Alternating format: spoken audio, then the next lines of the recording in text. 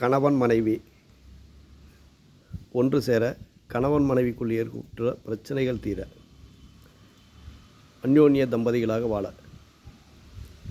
கணவன் மனைவி தாங்கள் விரும்பி அணியும் ஆடை, அவங்க போடுற ட்ரெஸ்ஸு, எந்த ட்ரெஸ்ஸு மேலே ரொம்ப விருப்பமாக இருக்காங்களோ கணவனுடைய ஆடைகளையும் மனைவியோட ஆடைகளையும் சாமி ரூமில் வச்சு ஒரு 11 நாளைக்கு பூஜை பண்ணுங்கள்.